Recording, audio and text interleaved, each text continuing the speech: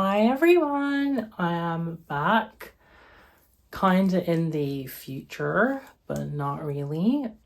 I'm back with a shortish kind of video about falling in love as a trans woman, a chick with a dick, a non-biological woman, because everyone loves to point that out. Without further ado, I'm going to be talking about recently, couple of the past 2 years, and then before that, several years ago, of like my first ever relationship and stuff like that. So falling in love as a trans girl or opening your heart is kind of sad, because not everybody is going to be open.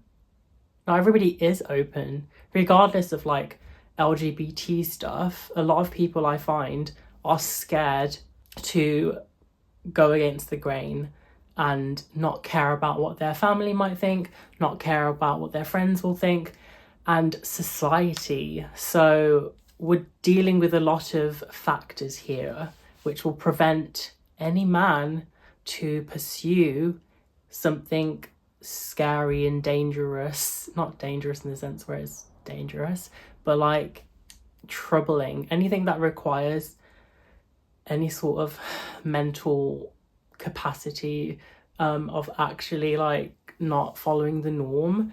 These people will take the easy route and mess your girl up. So basically, I've had lovely encounters, lovely experiences with men from a lot of walks of lives. For me, it's a double-edged sword, because I am so passing, because I am so pretty. I can get a man, I can get jiggy with a man, I can do all of that, but not sustain a man because of the things I've mentioned prior. So my first ever relationship was with a guy that broke up with his girlfriend because his girlfriend was in my college, and his girlfriend showed pictures of me to him, and then he axed her off to pursue me. So that's how I met him, because he slid into my DMs.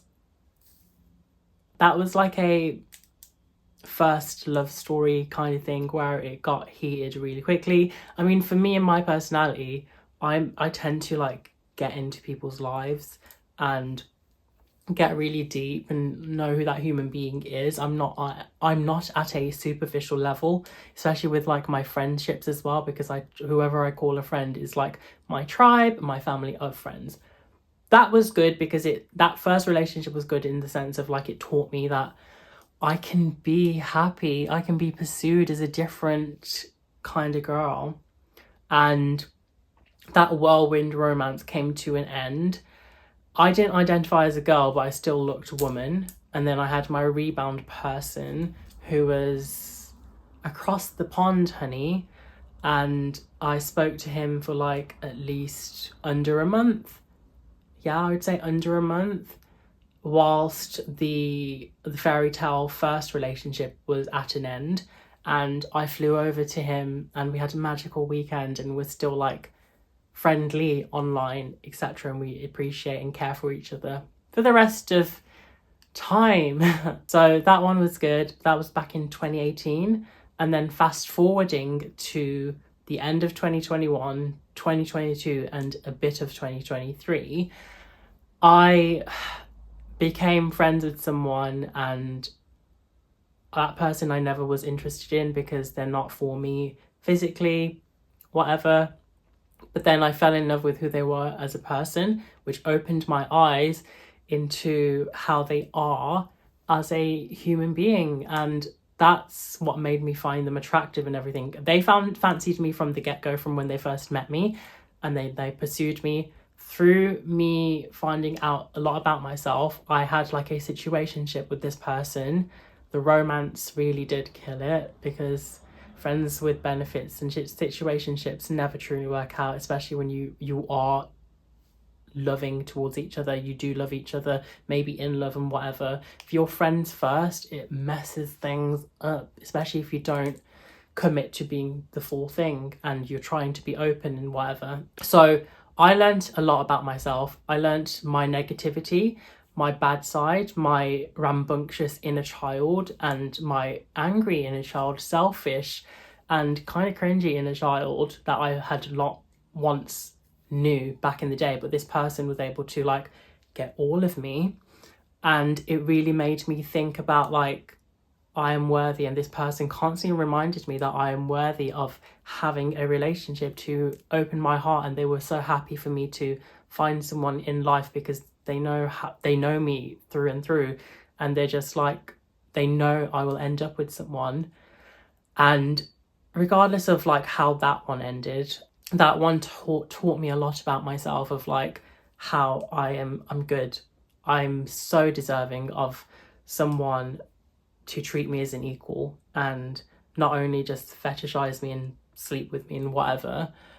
So yeah, that one taught me a lot, and it taught me to be back in the romantic market, because since 2018 I was cruising by, dating so many seamen and just casually hooking up as a girl can do. So I thought for the longest of times that I was poly. I wasn't ready to be monogamous. I wouldn't probably maybe never be monogamous.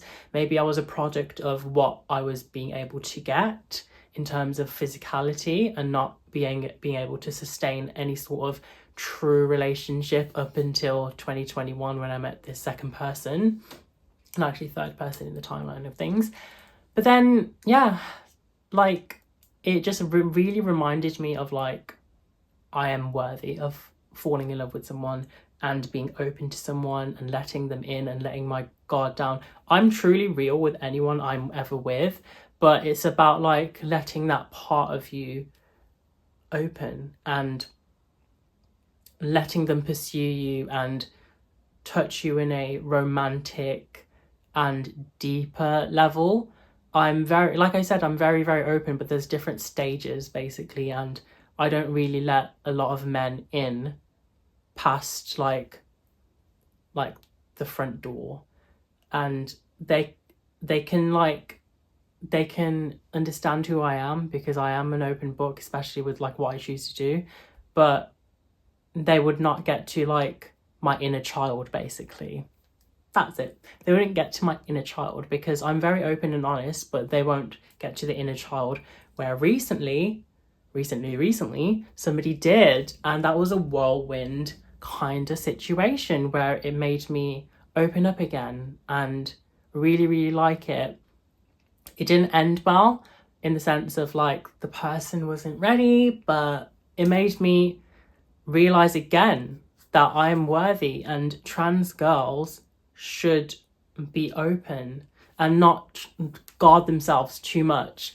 The right person is out there, the right people, if you're open to like multiple partners, multiple life partners, but like falling in love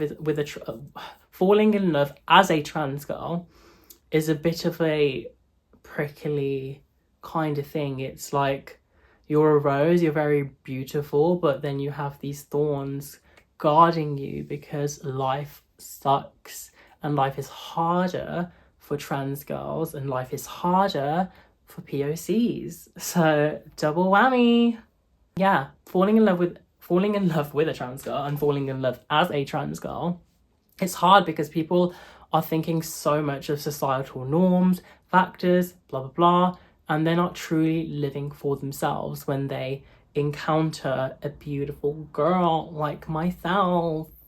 So yeah, this was just like I don't think this video had an agenda, but I just wanted to quickly touch upon falling in love as a trans girl. It's a work in progress.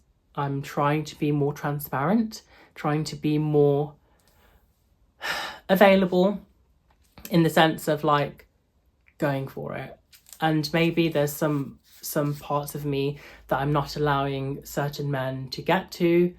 So yeah, only I can know on how to do it. But I'm just saying this as a PSA.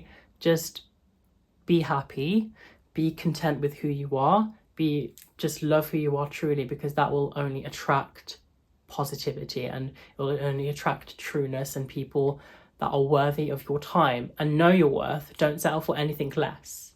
And please open your heart for love in many different forms. Maybe not the conventional, but yeah. Falling in love as a trans girl. But yeah, I thank you so much for watching. Again, I don't really know the point of this video, but I just wanted to like talk about it.